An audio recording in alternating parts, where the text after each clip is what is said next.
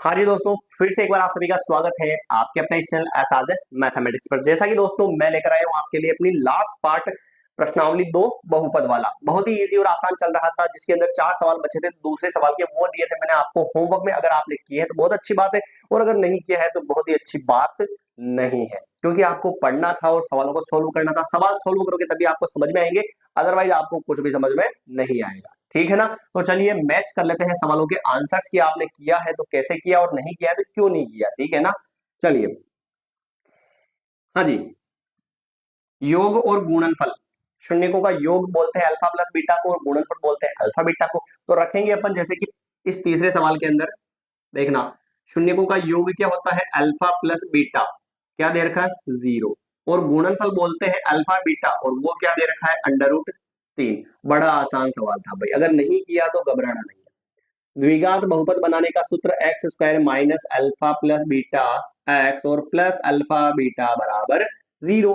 X square वैसा का वैसा ही माइनस अल्फा प्लस बीटा का मान कितना है? देखो ध्यान से, 0, और एक्स का एक्स, प्लस का प्लस, और अल्फा बीटा का मान √3 बराबर 0। 0 को किसी भी संख्या से गुणा करो, क्या हो जाएगा? 0। ये तो गायब हो गया, तो पद कितना बचा? एक्स स्क्वायर, और प्लस का √3 बचा, और बराबर में क्या गया? 0। तो बहुपद क्या हो जाएगा अपना? बहुपद हो जाएगा एक्स स्क्वायर प्लस √3 हो जाएगा। कोई दिक्कत है क्या बेटा इसके अंदर? नहीं है ना? शून्यकों का योगफल अल्फा प्लस बीटा 0 दे रखा है, शून्यकों का गुणनफल अल्फा बीटा √3 दे रखा है। फॉर्मूला लिखा मैंने पूरा, इसकी जगह जो भी मान था वो लिख दिया। 0 से गुणा कराया, 0 हो गया, उस पद को गायब कर दिया, तो बहुपद ये वाला बन चुका है। आ गया समझ में? सेकंड, अगला चौथा प्रश्न की बात करते हैं। चौथा प्रश्न देखा, एक और एक दे रखा है, एक और एक, तो यानी कि शून्यकों का योगफल अल्फा प्लस बीटा 1 दे रखा है, और शून्यकों का गुणनफल अल्फा बीटा वो भी कितना दे रखा है? 1 दे रखा है। तो हो जाएगा भाई, कोई तकलीफ थोड़े। कैसे? तो फॉर्मूला लिखेंगे सबसे पहले। तो फॉर्मूला लिखने का, बार बार लिखने का मतलब ये रहेगा कि आप बार बार उस फॉर्मूले को लिखो तो आपको बहुत ही अच्छे से वो याद हो जाएगा, इसलिए अपन बार बार लिखते हैं, ये ध्यान रखना। और पेपर में तो लिखना ही है। ठीक है? तो अल्फा एक्स स्क्वायर तो वो का वही, minus alpha plus beta, alpha plus beta का मान कितना है? 1 है, तो इसकी जगह क्या लिखूंगा? 1, और साथ में एक्स, फिर प्लस अल्फा बीटा का मान भी 1 है, तो ये 1 बराबर में 0। तो ये हो गया अपना बहुपद, कोई तकलीफ ही नहीं है भाई। बहुपद बराबर, ना ही तो एलसीएम लेना ना ही कुछ करना है, बहुपद हो गया एक्स स्क्वायर माइनस 1x और प्लस का 1, ये बन गया बहुपद। मान ही तो रखना था भाई। कंप्लीट है।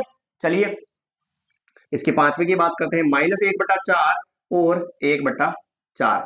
तो शून्यकों का योगफल तो पहला पड़ा, शून्यकों का योगफल क्या हो जाएगा? माइनस का 1/4, और शून्यकों का गुणनफल क्या हो जाएगा? 1/4। ये तो योग है तो योग लिखा, और ये गुणा है तो क्या लिख दिया? गुणा लिख दिया।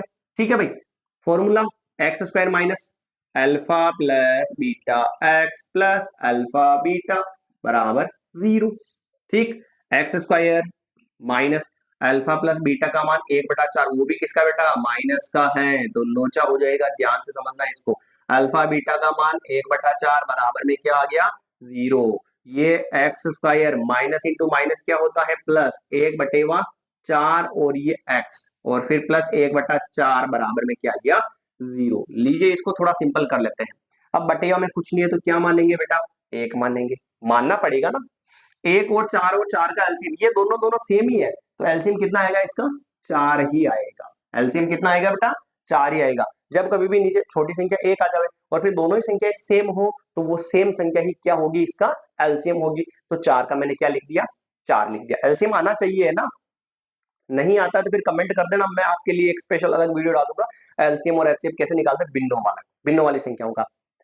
अब देखना ऊपर कितना है? एक्स स्क्वायर, तो ये लिखा एक्स स्क्वायर, फिर क्या लगाएंगे? इनटू, बटे में क्या है? 1। इस 1 का भाग नीचे वाले 4 में कितनी बार जाएगा सर? 4 बार। फिर प्लस 1x, तो ये प्लस 1x, फिर इनटू, इसके नीचे क्या है?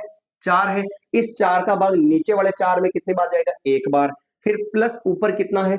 1 है, तो फिर प्लस 1 इनटू, फिर नीचे कितना है? 4, तो 4 का भाग नीचे वाले 4 में 1 बार, और फिर बराबर में क्या आ गया? 0 आ गया। ठीक है भाई। चलिए ये हो गया गणित वाली संख्या को आगे, एक्स स्क्वायर को पीछे, फिर प्लस 1 इंटू 1 1, और एक्स का एक्स, फिर प्लस 1 इंटू 1 1, और नीचे बड़ा 4 चला जाएगा 0 के गुणा में, तो ये गुणा हो गया 0। तो बहुपद बराबर क्या आ गया बेटा? 4x स्क्वायर प्लस 1x और प्लस 1, ये हो गया इसका बहुपद का मान। कोई दिक्कत है क्या इसमें? नहीं है। एक सवाल और छूट रहा है, उसको कंप्लीट कर लेते हैं, फिर दिक्कत हो तो बताना। पहला 4,1, तो शून्यकों का योगफल तो हो गया अल्फा प्लस बीटा बराबर 4, और शून्यकों का गुणनफल क्या हो गया बेटा 1। आया समझ में? तो फॉर्मूला क्या था, x square minus alpha plus beta x plus alpha beta बराबर 0। तो x square minus alpha plus beta का मान 4 है और एक्स का एक्स, और फिर प्लस अल्फा बीटा का मान 1 और फिर बराबर में 0। तो इसके बहुपद का मान क्या हो गया बताओ मुझे?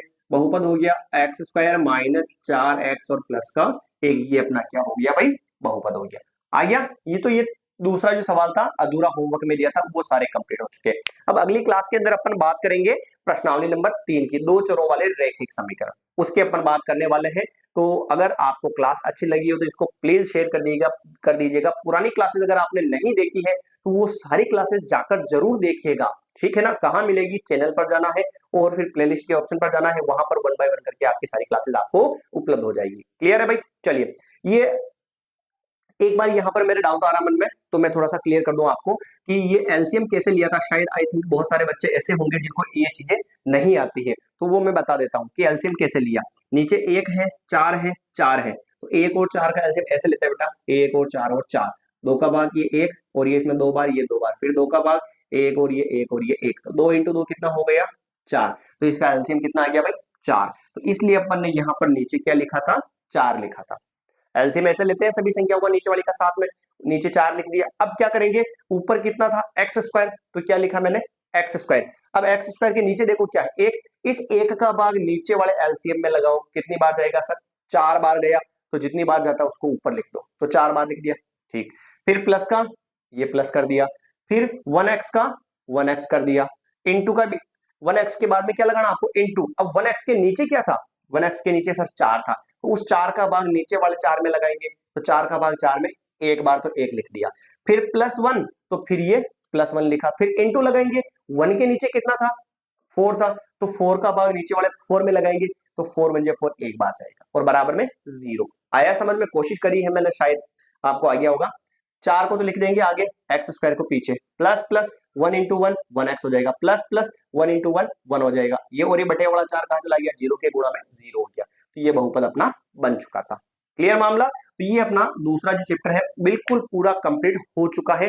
पुरानी क्लासेस नहीं देखी है तो जाकर जरूर देखें, और अच्छी लगे तो प्लीज उसको शेयर कीजिएगा। और हाँ, मैथमेटिक्स में यही रूल रखिएगा, रेगुलर आपको क्लास मिल रही है तो उस क्लास को अच्छे से कंटिन्यू देखें, रोज देखें, और रोज उन सवालों का क्या करें? रिवीजन जरूर करें। ठीक है दोस्तों, मिलेंगे अगली नई क्लास के अंदर। तीसरा चैप्टर होगा अपना दो चरों वाले रैखिक समीकरण। इंटरेस्टिंग है और थोड़ा सा अच्छा भी है और बड़ा भी है, तो जुड़ जाइए हमारे चैनल से एसआरजे मैथमेटिक्स से। और पूरा कोर्स आप बिल्कुल यहाँ पर फ्री ऑफ कॉस्ट देखने को मिलेगा आपको, तो आप यहाँ से पढ़ सकते हैं। मिलेंगे नई क्लास में, धन्यवाद।